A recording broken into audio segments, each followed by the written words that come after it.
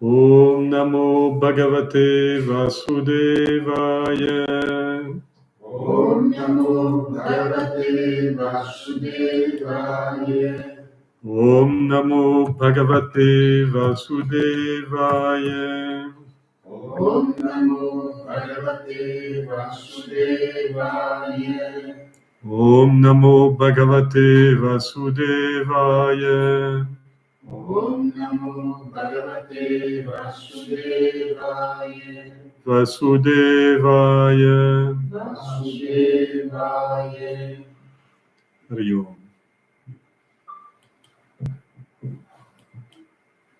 Alors aujourd'hui, on va parler de Prithu. On avait vu la dernière fois la naissance de Prithu, comment il était né du bras droit de Vena, le roi cruel, et ce descendant de Vena, dans le corps de Vena, il y avait toutes les mauvaises qualités qui étaient là. Et les rishis ont fait un grand travail, c'est-à-dire qu'ils ont éliminé les mauvaises qualités sous la forme d'un pygmée ou d'un aborigène. Et en fait, cet aborigène n'avait pas la cruauté de Vena. Il a porté au niveau de son physique un certain nombre de disgrâces, il était petit, etc. Mais il était respectueux des Védas, c'est pour ça que les rishis l'ont protégé. Et comme par contre, il n'était pas du tout versé dans les écritures sacrées ou dans la recherche spirituelle, alors il en a fait les habitants des forêts, des îles et des collines dans le monde entier, qui sont les sauvages ou les nomades de ces endroits. Bref. Alors, là-dessus, une fois que cette naissance a été faite, tout de suite après, on a parlé de son couronnement. Et son couronnement, il est apparu comme étant un avatar de Vishnu, un avatar partiel de Vishnu. Et cet avatar de Vishnu était en fait responsable de créer ce qu'on appelle la souveraineté ou la gouvernance ou la royauté, c'est-à-dire les leaders. Et donc, il a eu un couronnement, un abhishekam, par lequel non seulement les hommes sont venus, mais aussi tous les habitants du ciel se sont réunis pour venir le saluer. Et donc voilà un petit peu où on en était. Et on peut recommencer l'histoire d'aujourd'hui. Alors, je vous rappelle qu'il était né avec un chakra dans la main droite, c'est-à-dire le disque de Vishnu, le Sudarshana de Vishnu. Et Brahma, le créateur, a tout de suite dit ce sera un Chakravartin. Et l'histoire qu'on va voir aujourd'hui, c'est comment il est devenu un Chakravartin, c'est-à-dire un souverain du cosmos ou des cycles cosmiques. Donc la colère de Prithu. Quand Prithu avait été couronné roi,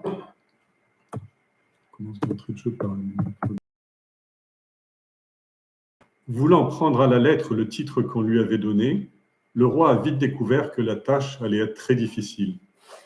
Il s'est tout de suite aperçu que ses sujets étaient tous très maigres et extrêmement faibles. Ils étaient sous-alimentés et dénutris, ce qui était pour eux une situation douloureuse. Questionnés, ces sujets ont tenu ces propos. « Seigneur, s'il vous plaît, donnez-nous à manger. Comme un arbre est consumé par un feu qui couve au creux de son tronc, nous sommes lentement consumés par le feu de la faim.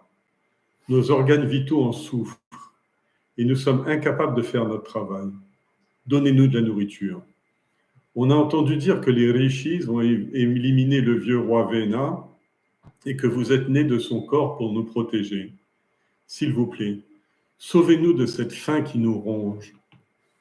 Fritou réfléchit quelque temps et comprit ce qui causait leur faim. Il s'était rendu compte que la terre avait avalé toutes les graines nutritives et les plantes bonnes pour la santé et ne voulait pas les rendre, c'est-à-dire les laisser de son attitude. Aussitôt armé son arc divin et y a glissé une puissante flèche pour tirer sur la terre et la blesser. La terre-mère a pris peur et s'est aussitôt transformée en vache pour pouvoir s'enfuir. En panique, la queue levée et les pattes flageolantes, la terre partit au grand galop, détalant dans tous les sens à la surface de la terre. Les yeux rouges de colère, Fritou la pourchassait partout où elle allait. Elle dévalait les pentes des montagnes, elle fonçait dans les vallées, elle se faufilait au creux des broussailles et des forêts denses avec l'espoir de lui échapper. Mais lui la poursuivait sans relâche. Dès qu'elle pensait l'avoir semé, la terre jetait un coup d'œil en arrière, mais à chaque fois, elle le découvrait à ses trousses avec son arc bandé, braqué sur elle. Elle n'avait personne sur qui compter pour venir la protéger. À la fin, elle s'arrêta, elle se retourna tout d'un coup et vint directement vers lui. Tombant à ses pieds, elle dit « Je vous en prie, je vous demande votre protection. Vous êtes un roi juste et vous ne devriez pas harceler une femme de la sorte. Vous savez que c'est mal de tuer une femme. Même si elle est coupable, on ne doit pas tuer une femme. Et là, vous essayez de me tuer alors que je ne vous veux aucun mal. De plus, si vous me détruisez, comment allez-vous faire pour établir votre royaume, faire supporter votre royaume ?» Fritou lui dit « Tu t'es mal comporté, mère terre. Voilà pourquoi je veux te punir. Au cours des yégnas accomplis par les hommes, la part du havis, du sacrifice qui te revient, t'est donnée. Et voilà que toi, en retour, tu ne procures plus de nourriture. Tu ne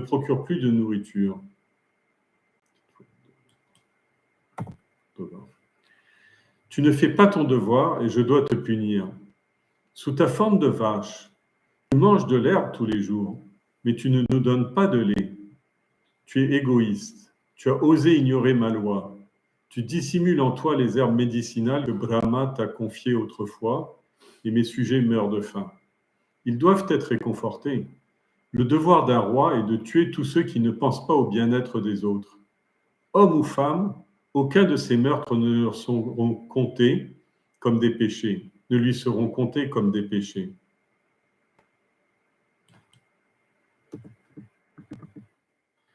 Je connais bien le Dharma Shastra, et ce n'est pas toi qui vas m'en enseigner les nuances. Je n'aurai aucun scrupule à te tuer et nourrir mes sujets avec ta chair.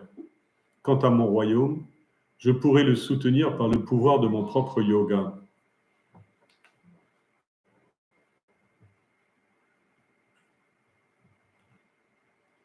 Je pourrai le soutenir avec mon pouvoir de mon propre yoga. Ses sourcils froncés, cette voix tonitruante et cet arc menaçant finirent par avoir raison de la terre qui tremblait d'épouvante.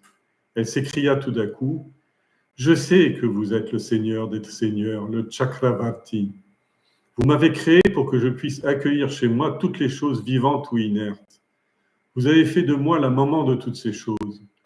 Mais si aujourd'hui vous prenez les armes contre moi, qui va pouvoir m'aider? Quand autrefois j'ai été englouti sous la mer et enfoui au plus profond du monde inférieur, du Patala, vous êtes le seul à m'avoir relevé et fermement établi au-dessus du niveau de la mer. Ce sanglier, le Varaha, je sais que c'était vous et que vous aviez assumé une forme humaine dans le seul but de nous protéger, moi et mes nombreux enfants. Pourtant, qu'est-ce que je constate aujourd'hui? Que mon maître et seigneur menace de me tuer de ses propres mains avec une flèche terrifiante. Les voies du Seigneur sont incompréhensibles pour la pauvre ignorante que je suis. Aussi, tout ce que je peux faire, c'est de vous supplier de me prendre en pitié, et je vous demande juste d'écouter ce que j'ai à vous dire, car c'est un plaidoyer. Voilà le plaidoyer de la terre. Une abeille recueille, goutte par goutte, le nectar de milliers de fleurs pour en faire son propre miel. Cela demande des efforts immenses de la part de l'abeille. Pareillement, un homme sage recueille de nombreuses vérités auprès de beaucoup de personnes qu'il va croiser dans beaucoup d'endroits différents. Il doit assimiler ces vérités pour s'en approprier la sagesse. Partout, pour extraire le meilleur de ce que je suis, il faut déployer de grands efforts. Les rishis, autrefois, ont prescrit des règles aux hommes pour qu'ils puissent tirer le meilleur parti de ce monde. Ils ont aussi prescrit des rituels et des yajnas, des sacrifices, pour qu'ils puissent se préparer à l'autre monde. Ceux qui ont suivi ce droit chemin et respecté honnêtement les règles qui avaient été fixées par les anciens, ils ont pu en récolter les fruits. Quand les hommes étaient justes et droits, ils faisaient ce que les rishis avaient établi. Mais, au fil du temps, ce sont des pécheurs comme Vena qui ont commencé à me gouverner.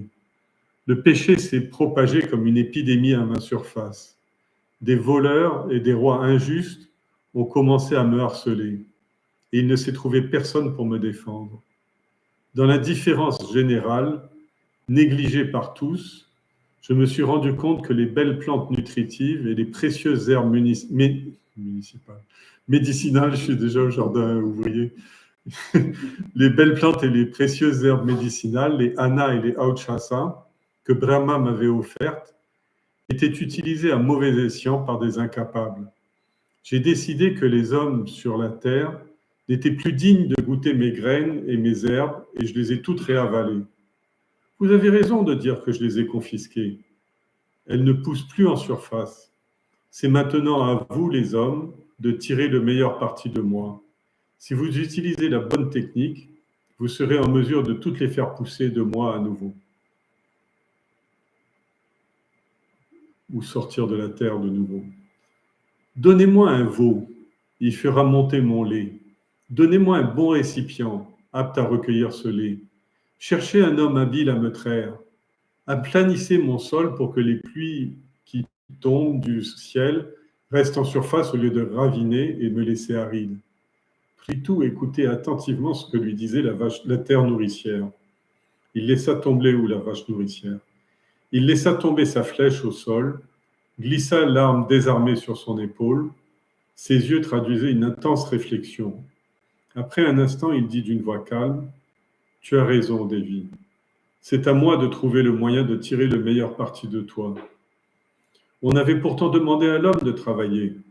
On lui avait ordonné de te labourer, de planter des graines en toi, de favoriser et de protéger la croissance des plantes qui poussaient sur toi.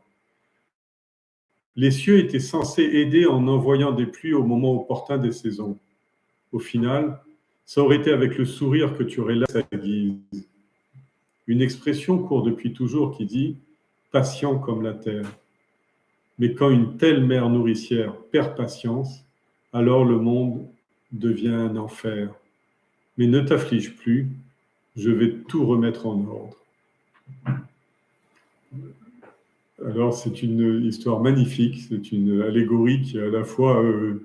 quand on dit le Chakravartin, on pense souvent aux bouddhistes, au sermon de la montagne du Bouddha, qui met en route la roue du Dharma, etc., où on pense au Jain qui, feu sacrificiel, pour mettre en place le cercle de la vie, etc., le cosmos et tout. Et ici, la représentation, c'est une histoire champêtre avec une vache qui détale dans tous les sens, les pattes qui courent de partout, etc. Et pourtant, c'est à la suite de ça que la vache va l'appeler le Chakravartin. Et c'est la première fois que cette expression dans l'histoire de l'humanité est employée. Et elle va être récupérée par absolument toutes les traditions qui parlent de l'humanité du roi du monde. Quand Pritou avait été couronné roi, je reprends, donc maintenant on va essayer d'aller un petit peu plus en profondeur. Quand Pritou avait été couronné roi, les dieux l'avaient qualifié de protecteur du monde. Voulant prendre à la lettre le titre qu'on lui avait donné, le roi a vite découvert que la tâche allait être très difficile. Il s'est aperçu tout de suite que ses sujets étaient tous très maigres et extrêmement faibles. Ils étaient sous-alimentés et dénutris, ce qui était pour eux une situation douloureuse. Alors, ce début, qui paraît simple à comprendre, est extrêmement significatif. Qu'est-ce qu'il dit? C'est-à-dire que dans un monde qui a faim, il n'y a pas de justice, il n'y a pas de dharma. C'est-à-dire, nous, on utilise comme expression « ventre affamé n'a pas d'oreille ». En fait, c'est beaucoup plus grave que ça. C'est-à-dire, impossible d'établir la justice, l'équité dans le monde tant que la misère, etc. Et regardez ce qui se passe en ce moment avec tous ces dictateurs qui pullulent sur la terre, tous ces Vénas, tous ces enfants de Vénas ou tous ces disciples de Vénas qui gouvernent le monde. On détruit les terres agricoles, on désertifie tout, on détourne l'eau, on vole les voisins, etc. Et la terre est en train de nous les rendre. C'est-à-dire, cette histoire-là, elle est on ne peut plus, excusez-moi pour les mains, elle est on ne peut plus moderne à notre époque. On est en train de maltraiter la terre, etc. Et déjà, à cette époque, au tout début de l'humanité, il y avait le Grand Conseil des Rishis, qui a été ensuite mise en droit dans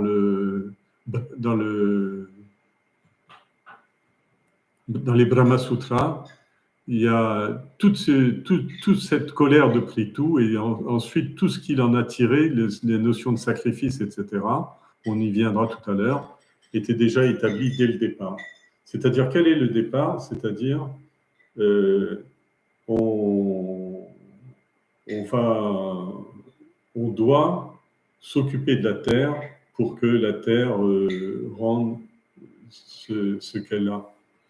Alors, donc, la première chose qu'il voit, Prithu, qui est l'archétype du roi, qui est le premier roi, qui est le premier souverain du monde, je vous avais expliqué, il est souveraineté, le Dharma Chakravit, c'est-à-dire celui qui gère la roue de Dharma. Il peut gouverner un Dwipa, c'est-à-dire une île, un propre pays, son propre pays comme une île, mais il peut aussi être Sarva, c'est-à-dire gouverner le monde entier, non pas par le règne physique ou la domination de la terre, mais par le savoir-faire, l'habileté et l'intention.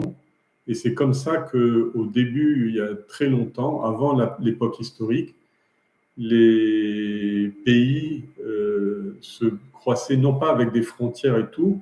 Je pense que le premier pays qui a vraiment établi des frontières, ça a été l'Empire chinois. Mais avant l'Empire chinois, qui était à peu près quelques milliers d'années avant l'époque historique, à cette époque-là, et l'Inde a toujours gardé cette domination par le Brahmavit, c'est-à-dire la connaissance celui qui protège Dharma est protégé par Dharma, c'est-à-dire une loi qui est divine et qui s'établit comme ça. Et en fait, l'Inde, si vous regardez, à une époque, c'est malheureusement pas du tout retracé dans l'histoire européenne, mais elle gouvernait une bonne partie de la Chine, le Japon, la Thaïlande, le Vietnam, le Pakistan, la Birmanie, la chaîne himalayenne et tout le Tibet. Tout le Tibet était indien, avec un cœur de l'Inde qui était le sous-continent indien, ce qu'on appelle, qui était resté de la religion hindoue, ce qu'on peut appeler l'hindou Sanatana Dharma, et toute la périphérie était dans le bouddhisme. Et donc, parce que c'est celui qui a vraiment étendu l'empire de cette façon-là, par adhésion et non pas par conquête, ça a été Bharata. On y reviendra. Mais donc, pour revenir à notre histoire, c'est-à-dire que ça va être très dur pour lui d'établir Dharma et de diffuser les Védas parce que les gens ont faim et ventre affamé n'a pas d'oreille, c'était ni de compréhension, ni d'intelligence et même d'équité parce que on tue tout, on pille tout, on vole tout quand la faim est là.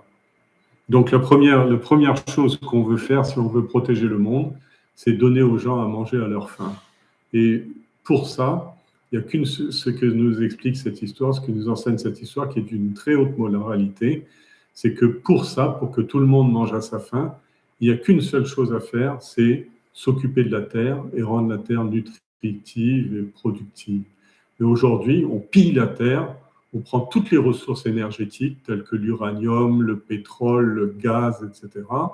On méprise les terres fertiles, on prend l'eau des barrages, etc. C'est-à-dire toute cette histoire de Prithu, la colère de Prithu et la réaction de la terre, elle est complètement d'actualité parce qu'il va falloir un jour qu'on restaure Dharma dans ce monde si c'est pas trop tard. Et si c'est trop tard, ce sera la fin de Karma Yoga avec la grande dissolution de la destruction de la race humaine parce que la race humaine, elle est très intelligente, elle est très capable, son mental, son intellect est développé bien plus fort que celui des animaux et tout, mais il ne faut pas croire qu'on est propriétaire du monde. Plus tard, il va dire dans l'histoire, dans le passage, il va dire les hommes considèrent la terre comme une chose ordinaire et qu'ils peuvent se l'approprier. Or, dans l'ancien temps, ce n'était pas comme ça. On invoquait la terre, on ne s'appropriait pas la terre, et notamment, on ne mettait pas des frontières, des barrières et tout. Et c'est naturel. Vous mettez une grande frontière, par exemple, entre l'Inde et le Pakistan, et vous voyez les oiseaux qui traversent toute la journée dans un sens et dans l'autre, etc. Les animaux et les rats, ils passent de chaque côté sans être ennuyés, sans avoir de problème. C'est que pour les hommes, ce genre de choses-là, avec leur arrogance. Donc, lui, et vous voyez qu'est-ce qu'il voit quand il voit que son peuple est dénutri et mal... quand il voit que son peuple est dénutri et maigre et extrêmement faible, etc., il va les questionner. C'est-à-dire, la première chose, c'est déjà de dialoguer, parce que c'est un effort qu'on appelle la yegna, une ONG, etc. À ce moment-là, pour établir un yegna, on doit partir d'un recueil de la problématique et des buts. On doit faire tout un travail analytique. On doit être l'architecte d'une aventure, endeavor en anglais. On doit être l'architecte d'une aventure et non pas le propriétaire d'une aventure, comme beaucoup de gens qui s'approprient des réussites, qui en fait, même quand ils les ont impulsées, etc., je pense à tous ces grands noms qu'on voit, tous les grands noms des GAFA et autres chinoiseries équivalentes, alors ils se présentent comme... C'est vrai que leur nom véhicule une étiquette, Bezos, Musk, etc., mais en même temps, c'est une chaîne, c'est ce qu'on appelle un yegna, c'est-à-dire c'est une chaîne de compétences qui va tirer l'extraordinaire de gens ordinaires. C'est ça et c'est exactement ce que cette histoire, ce dont cette histoire parle, et surtout qu'on va développer la prochaine dans la partie 3 du récit. Consommé par des feux qui couvent au creux de son tronc. Vous savez, pour éliminer une souche, on place de la braise dedans, on allume un feu, et au fur et à mesure, le bois se dessèche et se consume, etc., et tombe ensemble. Alors, nous sommes lentement consumés par le feu de la faim. Nos organes vitaux en souffrent et nous sommes incapables de faire du travail. Donnez-nous de la nourriture. On a entendu dire que les rishis ont éliminé le vieux roi et que vous êtes nés de son corps pour nous protéger, son corps purifié pour nous protéger. S'il vous plaît, sauvez-nous de cette faim qui nous ronge. Alors, là, on voit vraiment l'importance et qui est tout le temps donnée dans le Bhagavatam, et y compris pour Krishna, etc. Vous allez voir la place du roi et du roi. Vous allez voir la place du gourou et vous allez voir la place des bénéficiaires, ce qu'on appelle les gens qui bénéficient de tout ça. Alors, quand il entendit il s'était rendu compte que la terre avait avalé toutes les graines nutritives et les plantes bonnes pour la santé. Alors en fait, j'en parle un peu plus loin, j'ai donné la traduction un peu plus loin dans le récit, mais j'aurais dû le donner tout de suite. Anna et Auchasa. Anna, vous avez vu comment on appelle le corps? Le fourreau on l'appelle Anna Maya Kosha. Anna veut dire la nourriture, Maya veut dire fait, Kosha, la couche de la personne, la partie de la personne qui est faite avec de la nourriture. Et Anna veut dire en même temps toutes les plantes comestibles. C'est-à-dire, on peut manger la nourriture soit cuite une fois, c'est-à-dire dans une casserole, soit cuite 2 fois, c'est-à-dire dans l'estomac et les boyaux d'un autre animal avant nous. Mais n'empêche que ce sera toujours des légumes. Et il y a également Ochasa. Ochasa en sanskrit, même aujourd'hui, par exemple, si vous parlez à des hindous de ce qu'on appelle la pharmacie, il va vous dire Ochasa. C'est-à-dire, c'est les plantes médicinales. Et c'est pour ça que Ochasa, c'est ce que utilise tout le temps la médecine ayurvédique, c'est-à-dire des plantes naturelles. Et dans la médecine ayurvédique, le principe, je ne sais pas si vous savez ça, c'est que on parle beaucoup de principes, de méthodes, et c'est vrai, mais dans les cliniques ayurvédiques, on ne mange que les choses de saison et qui sont récoltées autour de la clinique. C'est-à-dire que globalement, il y a une connaissance des plantes et tout, et généralement, autrefois, maintenant c'est plus le cas, maintenant on fait venir ça, je sais pas quoi, en bateau ou en voiture, etc.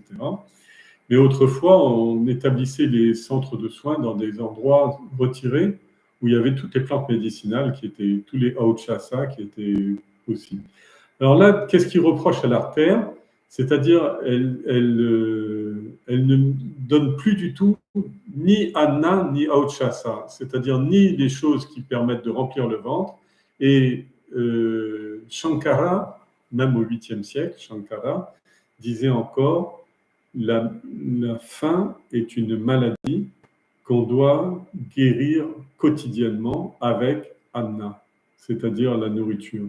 Et c'est pour ça, dans les ashrams, l'endroit où on mange, on appelle ça Anakshetra, le champ de la nourriture, champ CHAMP, de la nourriture à l'ashram, par exemple, l'endroit s'appelle Anakshetra, c'est-à-dire là où la nourriture est reine, c'est-à-dire l'endroit qui est gouverné par la nourriture.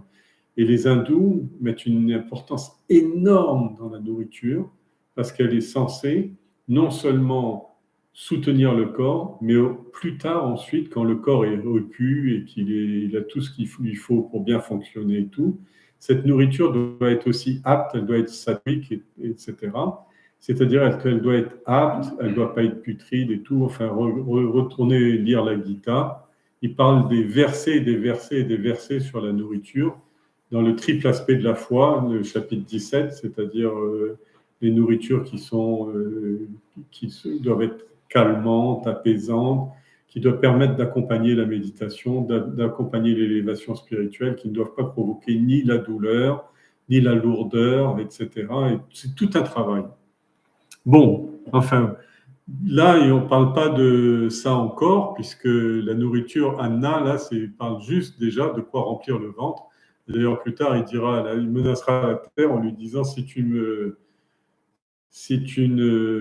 me donnes pas satisfaction, moi je te tue, je te coupe en morceaux et je te donne à manger au peuple, parce que ce qui veut dire que quand la famine est là, n'importe quoi qui se mange doit être mangé. La nourriture, c'est un médicament. C'est un médicament. Alors là, c'est l'autre aspect, auchasa, c'est-à-dire quand malgré la saveur de la nourriture, elle est bien équilibrée, etc., mais attaque avec les microbes, problème avec la vieillesse, problème pour les femmes quand elles sont enceintes, etc. Alors on accompagne de plantes médicinales quand on est attaqué par les maladies, etc. Auchasa, c'est les herbes médicinales qui aident énormément le sujet. Alors, le rôle du roi, justement, c'est de favoriser la production, le respect de la terre, c'est-à-dire le roi, la souveraineté d'un roi sur la terre, c'est pas qu'il défend ses frontières et qu'il exploite les sujets avec l'impôt et tout ce qu'il peut voler comme richesse, c'est pas du tout ça. C'est-à-dire que quand un roi prend la charge d'une terre, même quand cette terre est aride, comme par exemple quand les Pandavas ont pris Hastinapura, qui était un désert, pas Hastinapura, pardon, qu'est-ce que je dis? Je ne me rappelle plus le nom de cet endroit, mais quand ils ont pris ce terrain, c'était un terrain qui était complètement aride, la terre et Yudhishthira a mis en place l'irrigation et tout, à tel point que cet endroit aride est devenu Delhi, New Delhi. Delhi et New Delhi. Oui, je me rappelle. Mais en tout cas, oui, j'ai plus le nom en tête. Mais en tout cas, oui, complètement stérile, etc. Où il n'y avait que des scorpions et des tas de problèmes et tout. Et du coup, Yudhishthira est devenu roi de fait du Mahabharata, et c'était ce qui a fait la grande jalousie de son cousin Kaurava. Duryodhana a voulu l'éliminer à tout prix parce qu'il avait l'étoffe d'un roi, parce que c'était celui qui savait cultiver, faire fleurir, faire épanouir la terre. Alors, Prithu réfléchit à ce qui causait leur faim. Il s'est rendu compte que la terre avait avalé toutes les graines nutritives et les plantes bonnes pour la santé et ne voulait pas les rendre, c'est-à-dire ne pas les laisser repousser. Pas comme Krishna, parce que la plupart des avatars de Vishnu, ils ne connaissent pas leur nature divine. C'est-à-dire que quand Dieu décide de descendre sur la terre, il descend avec une feuille de route qui est dans le Karana Sharira, qui est dans le corps causal.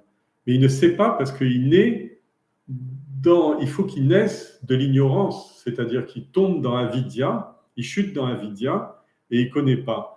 Et lui, il veut punir la terre, mais il ne sait pas que c'est lui le maître de la terre, etc. Enfin, ou peut-être il le sait, mais en tout cas, il a un degré d'ignorance qui va lui permettre d'établir la fonction royale, la fonction justement de souveraineté sur le monde et de souveraineté sur la terre, mais il commence par une grande colère contre la terre, parce qu'il dit, mais pourquoi est-ce que tu nourris pas tout le monde alors que toutes les graines sont là, tous les légumes sont là, toutes les feuilles sont là, etc. Les fruits sont là. Pourquoi est-ce que tu as les hommes? Et il ne sait pas qu'au moment du couronnement, non, l'arc, c'était Indra qui lui avait donné l'arc. C'est pour ça qu'il dit l'arc divin, puisque c'était le roi des dieux qui lui avait donné l'arc. Et les flèches, qui c'est qui lui avait donné les flèches? Le soleil. C'est-à-dire, ces flèches sont aussi puissantes qu'un rayon de soleil à la source au moment où il part. Et un rayon de soleil est capable de détruire 1000 terres à une seule. Mais évidemment, avec la distance, la protection de l'atmosphère et tout, ça devient quelque chose l'énergie est calmée quand il n'y a pas trop de trous dans la couche d'ozone. Et voilà. Donc, il arme son arc divin, il glisse une flèche, une puissante flèche qui est en fait puissante comme un rayon de soleil, pour tirer sur la terre et la blesser. Blesser veut dire écorcher la terre, comme le soleil qui écorche la terre, pour blesser la terre avec l'ardeur du feu du soleil. La terre-mère a pris peur et s'est aussitôt transformée en vache pour s'enfuir. En panique, la queue levée et les pattes flageolantes, la terre est partie au grand galop, détalant dans tous les sens à la surface de la terre. Les yeux rouges de colère, Prithu l'a pourchassée partout où elle allait. Alors c'est là où il obtient son titre de Chakravartin. Vous avez vu ce qu'il avait dit au début, la semaine précédente, vous relirez le texte. Il a dit, il a commencé sa conquête de la terre en commençant sur le point est de la terre, c'est-à-dire il s'est levé comme le soleil à l'est de la terre, et la première chose qu'il voit, c'est que la terre est désolée et aride, etc. Donc il commence à courir après la vache. Il y a beaucoup de représentations mystiques de cette histoire de Prithu. On voit la vache complètement affolée, mais elle ne court pas sur la terre, elle court sur l'atmosphère de la terre. Parce qu'en fait, cette course dont on parle, c'est que le roi pourchasse la terre pour qu'à tout moment de la journée et de la nuit du soleil, elle fasse son travail. Et c'est pour ça qu'on l'appelle le Chakravartin, c'est-à-dire celui qui maîtrise le cycle, qui domine le cycle de la terre, le cycle quotidien, pour pouvoir tirer le meilleur d'une journée. Donc, les yeux rouges de colère, Prithu pour chasser la terre partout où elle allait. Elle dévalait les pentes des montagnes, elle fonçait dans les vallées, elle se faufilait au creux des broussailles et des forêts denses avec l'espoir de l'échapper, mais lui, il la poursuivait sans relâche. Dès qu'elle pensait l'avoir semé, la terre jetait un coup d'œil en arrière, mais à chaque fois, elle le découvrait à ses trousses et son arc bandé sur elle. Elle n'avait personne sur qui compter pour venir la protéger. À la fin, alors là, il commence à donner une indication, c'est-à-dire que le, le message qu'il va donner par la suite quand elle va plaider, elle va dire « je suis délaissée ». En fait, tout le problème du monde, c'est que l'homme ne respecte plus la terre. Et combien de fois Swamiji nous répète, l'homme aujourd'hui ne respecte plus rien, il ne respecte même plus la terre. Et en fait, les vrais hommes de foi, ils comprennent que la terre est une entité qui est immensément précieuse et surtout qu'elle n'appartient pas à l'homme. Or, l'homme moderne est persuadé qu'il possède la terre, il achète un terrain, le roi établit des frontières, il va essayer de voler du terrain aux autres, etc. Et maintenant, la terre suffit plus. Maintenant, c'est l'Alaska, c'est les mers et tout, mais l'espace au-dessus de la terre, mais pas l'espace, hein, l'atmosphère qu'ils veulent s'accaparer, parce qu'ils veulent bombarder depuis l'espace, mais pas vraiment en faire un usage intelligent. Enfin. Et quand ils auront tout détruit sur la terre, ils veulent aller sur la Lune et Mars. Laissez-moi rire. Alors, peut-être qu'on enverra un petit satellite pour polluer un petit peu Mars un jour. Et d'ici là, on se sera tous entretués, on n'aura plus rien à boire. L'histoire va s'arrêter là. Alors, oui. Dès qu'elle pensait, elle jetait un coup d'œil en arrière et elle voyait personne sur qui compter. Elle n'avait personne sur qui compter pour venir la protéger. C'est vrai, les vrais problèmes de la Terre, on a beau avoir tous les écologistes, etc., qui clament sauver la Terre, mais ils veulent sauver la Terre comme un objet. Ils ne veulent pas sauver maman. Ils ne veulent pas se mettre déjà dans l'humilité de recevoir. Il y a des hommes qui sont capables de le faire, mais ce n'est sûrement pas à travers la politique, parce que la politique, c'est police, c'est-à-dire c'est gouverner la terre, dominer la terre. Alors bien sûr qu'il faut dominer la terre d'une certaine façon pour la cultiver, etc. L'autre fois, je ne sais pas si je vous en avais parlé, on s'aperçoit aujourd'hui que, par exemple, une forêt comme l'Amazonie, qui a été considérée jusqu'au temps moderne comme une jungle impénétrable, a été mise en culture par justement les aborigènes, les pygmées. Et c'était un véritable jardin. Et d'ailleurs, aujourd'hui encore, vous savez que 80% des plantes, de la diversité des plantes est encore en Amazonie et qu'elle s'appauvrit à raison de 5% par an de disparition des plantes les plus rares et les plus précieuses. Alors, à la fin, la Terre s'arrête, se retourne et vient directement vers lui. Tombant à ses pieds, elle dit « Je vous en prie, je demande votre protection ». Alors là, elle met le roi dans un dilemme, parce que le roi, c'est quelle caste? Non, sûrement pas un brahmine, un roi. C'est un kshatriya.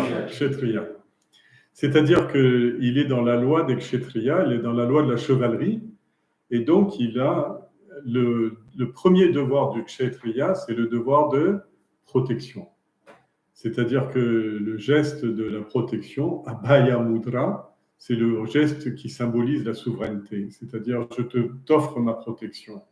Tout comme il protège la terre, il doit protéger les animaux et les plantes qui sont sur cette terre, et a fortiori, il doit protéger ses sujets. Alors, quand elle demande protection, elle sait que comme elle ne sera pas défendue, elle demande protection. Elle dit, vous devez être un roi juste et vous ne devriez pas harceler une femme de cette façon. En fait, les rois aussi, souvent, par exemple, dans le Mahabharata, ils ne tuent pas les femmes. Par exemple, enfin, on ne va pas rentrer dans les détails, mais ils protègent les femmes. Ils peuvent les bannir, ils peuvent les dégrader, les sortir de leur caste, mais ils ne peuvent pas les tuer. Et parce que la femme porte en elle la capacité de perpétuer la race, et en même temps, son rôle, c'est de protéger, et donc elle est l'alliée du roi dans sa protection. Vous êtes un roi juste, vous ne devriez pas tuer une femme roi, parce qu'elles osent vouloir être propriétaires de leur corps, ce qui est quand même la première, la détermination la plus basse de l'individu. Mais même ça, c'est pas accepté. Et vous savez ce que c'est mal de tuer une femme, même si elle est coupable, on ne doit pas la tuer. Là, vous essayez de me tuer, alors je ne vous ai fait aucun mal. De plus, si vous me détruisez, moi la terre, sur quoi allez-vous établir votre royaume? Prétou lui dit, tu t'es mal comporté, voilà pourquoi je veux te punir. C'est-à-dire que le roi ne se venge pas, ou le roi n'exerce pas sa colère.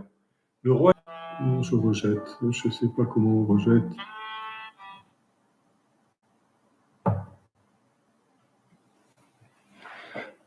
Alors, le roi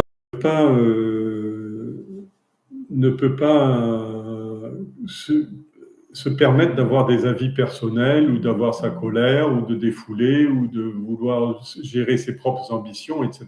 Non. Il a le droit de vie et de mort, mais sur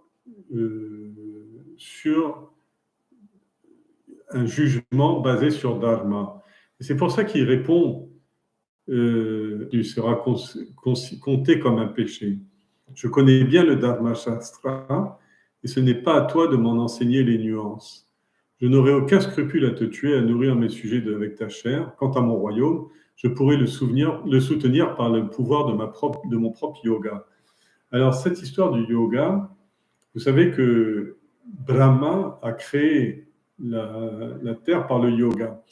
C'est-à-dire, on ne parle pas d'une création égocentrique, là.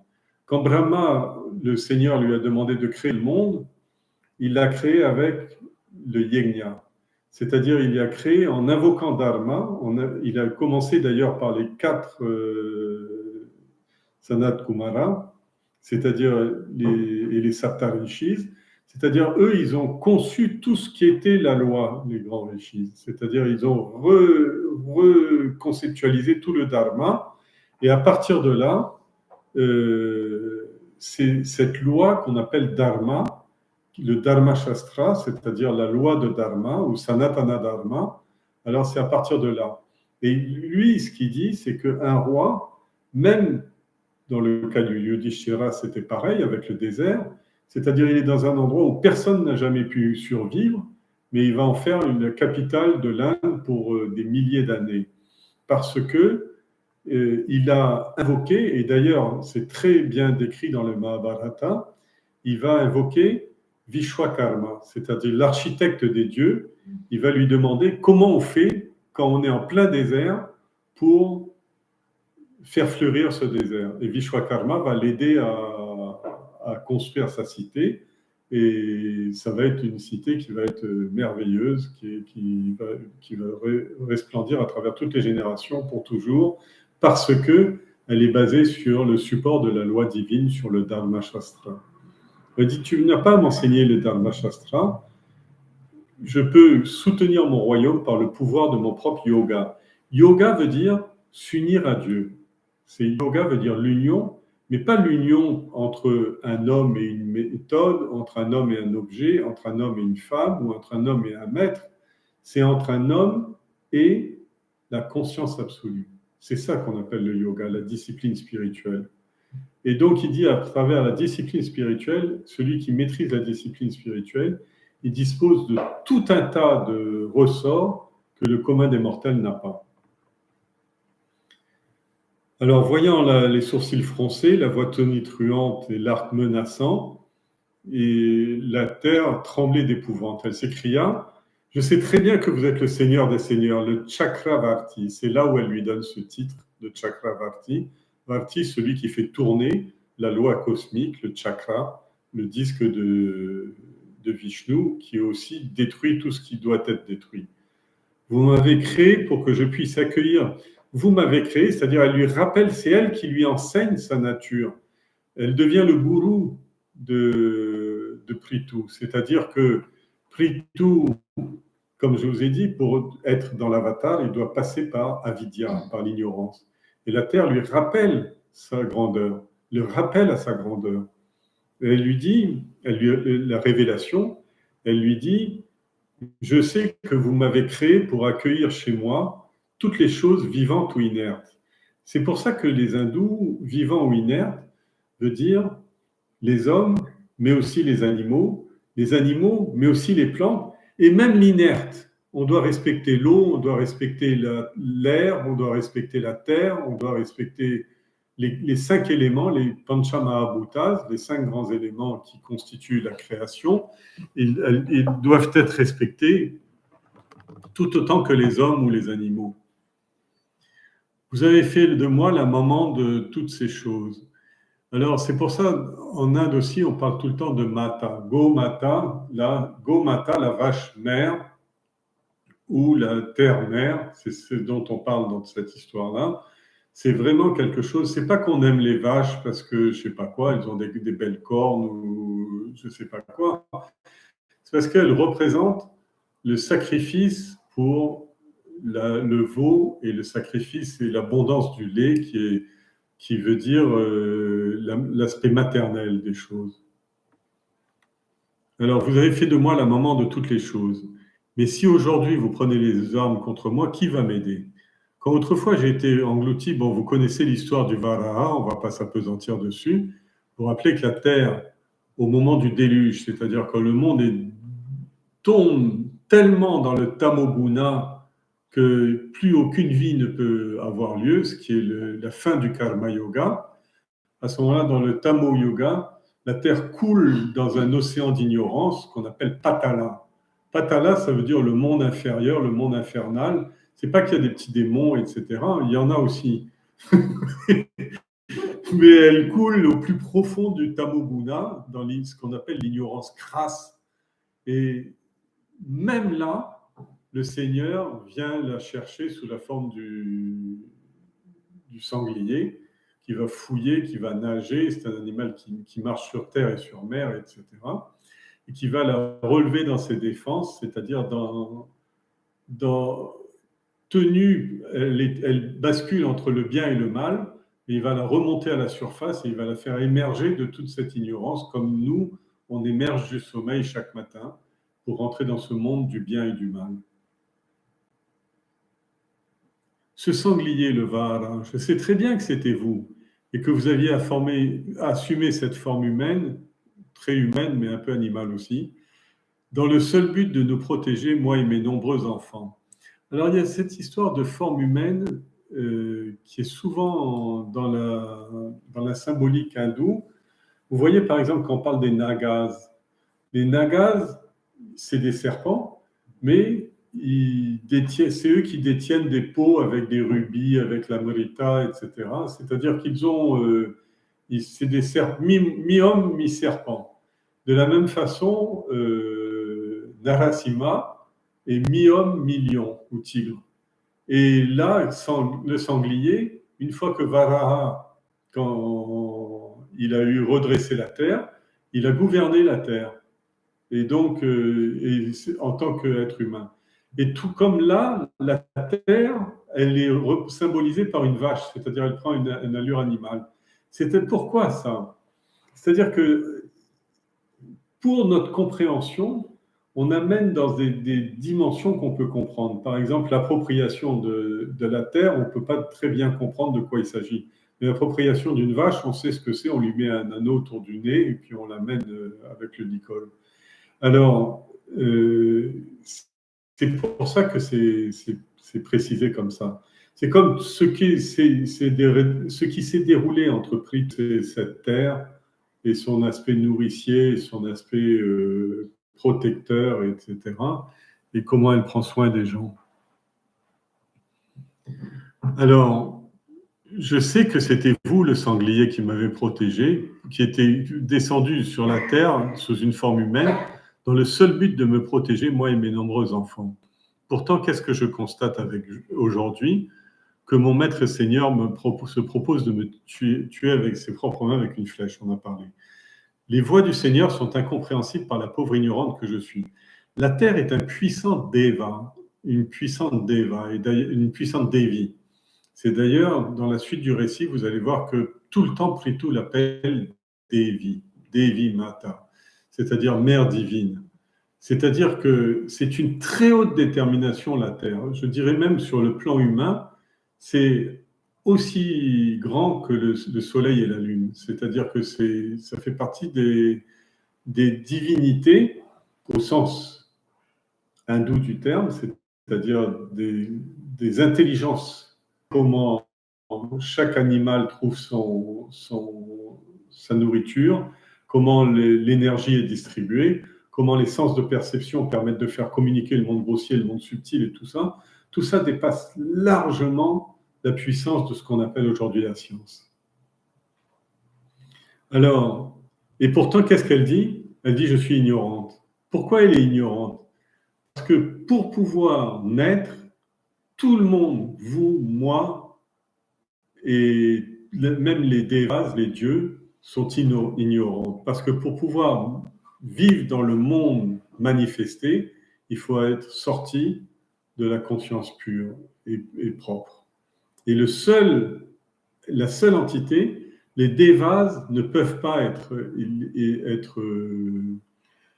être identifiés à la conscience. Mais l'homme peut atteindre l'identification à la conscience, c'est ce qu'on appelle le moksha, la libération de sa nature humaine, sortir proprement de la vie, ça s'appelle moksha, c'est-à-dire la libération. Même Dhruva, dont on a étudié, qui est devenu l'étoile polaire et tout, pendant tout le temps du Kalpa, le Seigneur lui a donné cette place intouchable, inviolable, immuable au milieu des étoiles, etc. Mais dans l'ignorance, et ce n'est qu'à la fin du Kalpa, ce n'est qu'à la fin du cycle qu'il va regagner la conscience absolue. Alors, finalement, il atteint la libération à la fin quand même. Oui, il a la promesse déjà, c'est-à-dire il a marché sur la mort déjà, mais il reste pour rendre service au cosmos, pour servir de point de pivot pour l'humanité. À ce moment-là, il est resté dans cette nature d'étoile du Nord. Mais oui, il reste dans l'ignorance, il reste dans la vidya parce qu'il est toujours dans la création. Tout comme la Terre reste dans la création. Et c'est pour ça qu'elle dit aussi ignorante que je suis. Alors, pour moi, je suis tellement ignorante que je ne peux pas comprendre le destin ou la décision ou les voies ou la manière de faire du Seigneur, même quand il va me tuer.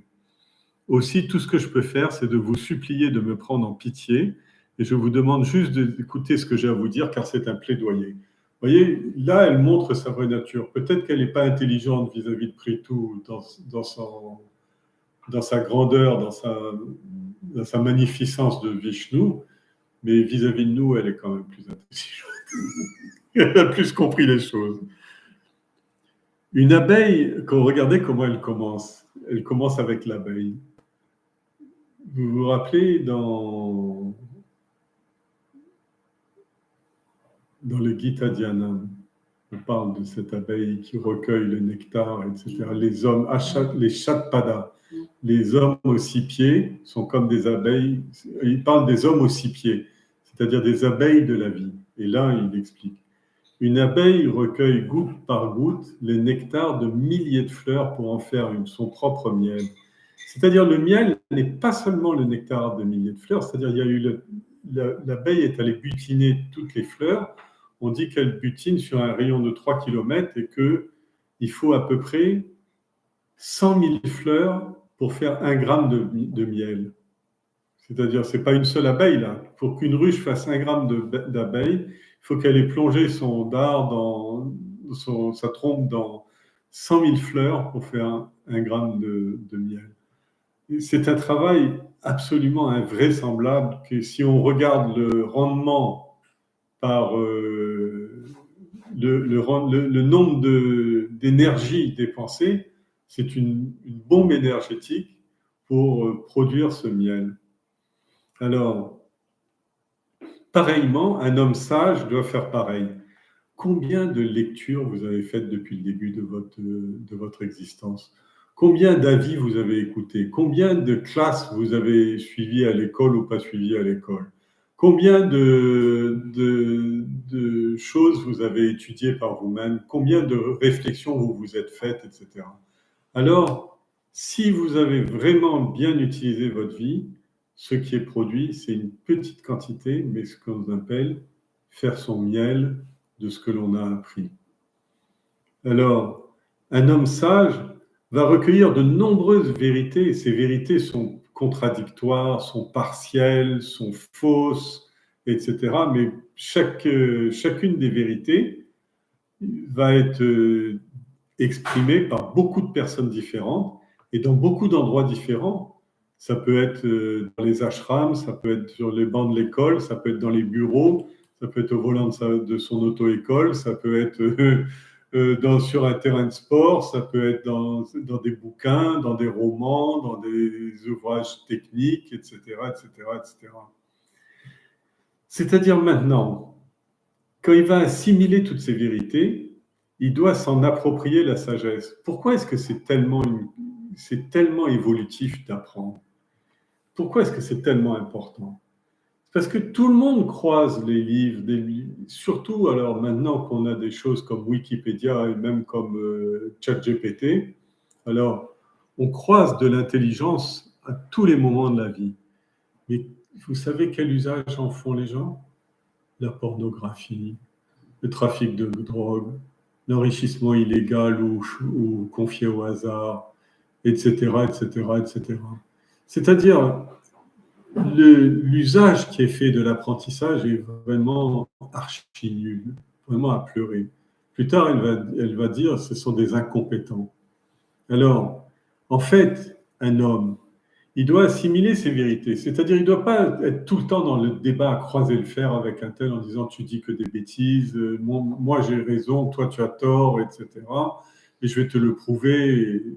Pas de perte de temps comme ça. Mais quand même, chaque information qui doit arriver chez un homme, il doit exercer ce qu'on appelle viveka.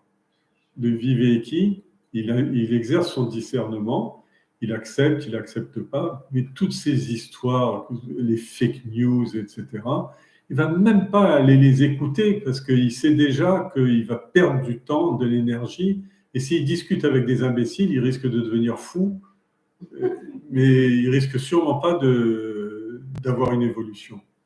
Alors, pour extraire le meilleur de ce que je suis, c'est-à-dire de ce que peut donner la Terre, il faut déployer de grands efforts. Alors, il dit, autrefois, quand il dit autrefois, c'est avant même le monde, mais les rishis ont donné l'ordre, la prescription, notamment à travers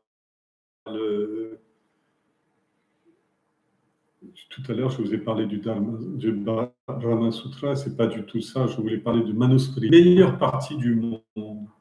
C'est-à-dire, ce sont des règles. Le manuscrit, c'est pas très agréable à lire parce que souvent, c'est assez. Comment dire ça?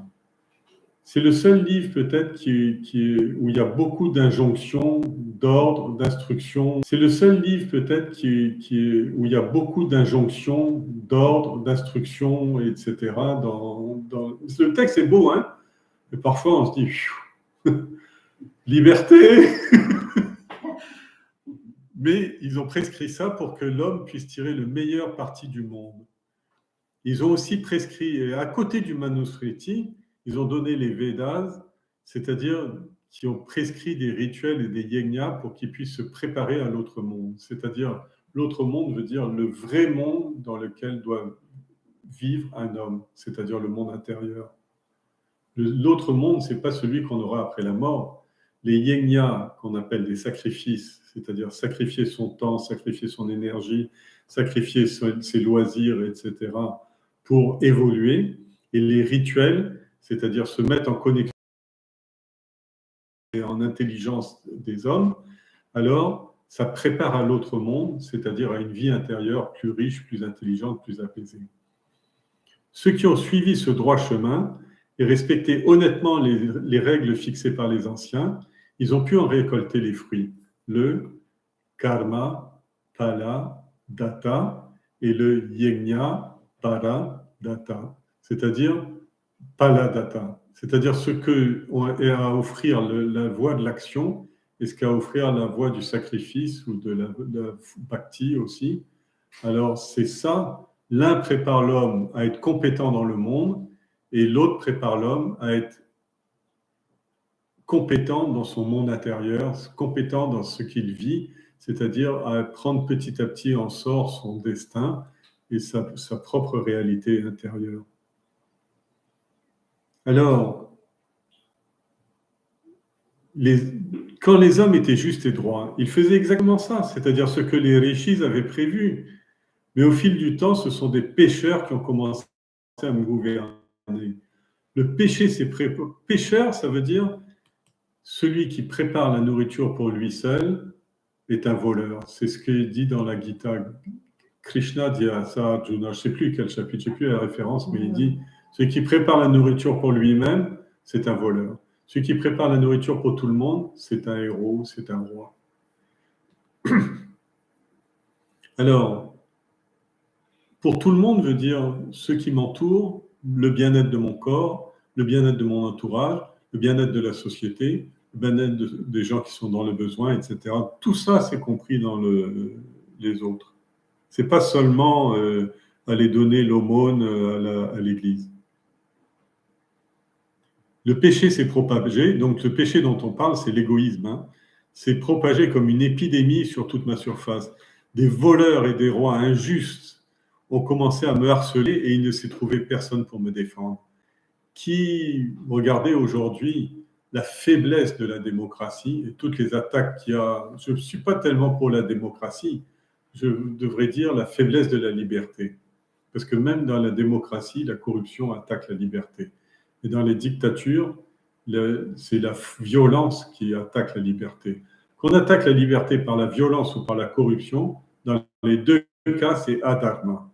Parce que ce qui doit être respecté et c'est chéri, c'est la vie, le respect de la nature, le respect des êtres, la bonté, l'amour et surtout l'harmonie universelle. L'harmonie non pas entre les hommes, mais l'harmonie entre l'homme et la marche du divin pour la laisser librement s'exprimer à travers les êtres et les choses. Mais personne ne défend ça. Dans l'indifférence générale, la terre est négligée par tous. Je me suis rendu compte que les belles plantes nutritives médicinales, les anaochasa, que Brahma m'avait offertes, étaient utilisées à mauvais escient par des incapables. Incapables pourquoi ? Parce qu'ils sont incapables de faire le bonheur de leur peuple, alors qu'ils se prétendent être des dirigeants. Ils devraient, s'ils étaient des vrais dirigeants, ils devraient avoir le bonheur pour tous. Non seulement le bonheur matériel, mais aller plus loin et ensuite donner le bonheur d'appartenir à une grande nation, c'est-à-dire une nation qui est épanouie, dans laquelle les hommes s'épanouissent et s'apprécient. Et arrêtent de se déchirer, de se diviser. Alors, c'est donc des incapables. J'ai décidé que les hommes sur la terre n'étaient plus dignes de goûter à mes graines et à mes herbes et je les ai toutes ravalées. Regardez ce que je vais vous dire. Partout où il y a une dictature, de déclin économique et surtout de l'agriculture et de l'élevage, etc., parfois il y a encore un certain temps une production qui est plus massive. Et cette production massive, de quelle qualité est-elle ? Et après, c'est le déclin, et un déclin inexorable et irréversible. Vous avez raison de dire que je confisque ces graines et ces plantes. Elles ne poussent plus à la surface, c'est-à-dire elles ne poussent plus aussi facilement. Et maintenant, c'est à vous, les hommes, de tirer le meilleur parti de moi. Si vous utilisez la bonne technique, celle du sacrifice, vous serez en mesure de les faire pousser à moi à nouveau. Donnez-moi un veau qui vous fera monter, donnez-moi un veau qui fera monter mon lait. pour que la terre, regardez ce qu'ils disent, il ne commence pas par dire labourer, planter des graines, hein. Il dit la terre ne cherche pas l'homme, ne travaille pas pour le bien de l'homme. Elle travaille pour la vache ne travaille pas pour donner du lait à l'homme, la vache travaille pour donner du lait par amour à son veau. C'est-à-dire qu'elle aime les qualités de son veau, etc. Elle dit trouvez-vous un veau. À ce moment-là, la terre va avoir l'amour, quand la terre ressentira de l'amour pour ce veau, c'est-à-dire cette personne qui est capable de représenter le plus digne représentant de chaque espèce, à ce moment-là, pour l'amour de ça, de cette personne qui est capable de comprendre le dharma, à ce moment-là, elle va donner du lait. Donnez-vous un bon récipient, c'était bien ça, hein? Donnez-vous un bon récipient pour tirer le lait. Et donnez-vous un treilleur, un homme habile à me traire, un bouvier ou un laitier. Aplanissez mon sol pour que les pluies qui tombent du ciel, restent en surface au lieu de raviner et de laisser la terre aride.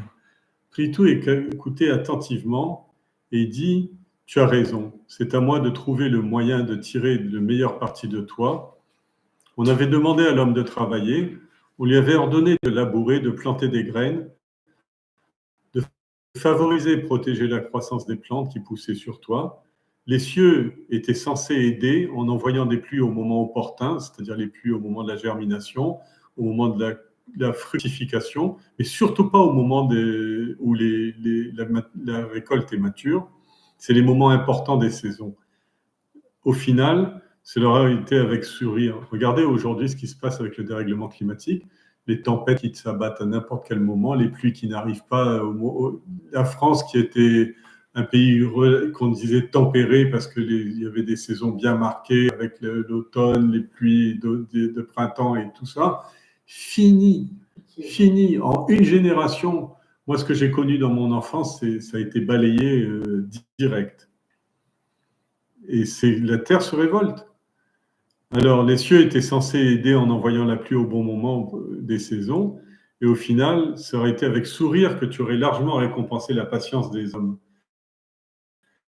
Et l'homme a tout simplement oublié la grande valeur qui est la tienne. Il t'a considéré comme quelque chose d'acquis qu'il ne pouvait pas la terre. Et quand tu as patience, alors le monde devient un véritable enfer. Mais ne t'afflige plus, je vais remettre tout cela en ordre. Et la prochaine histoire sera l'histoire du bon lait de la terre nourricière, c'est-à-dire comment Prithu va s'y prendre pour restaurer tout ça. Et c'est pour ça qu'il va il est considéré comme le roi du monde. Saya Purnameva Vashishyate Om Shanti Shanti Shanti. Dans YouTube.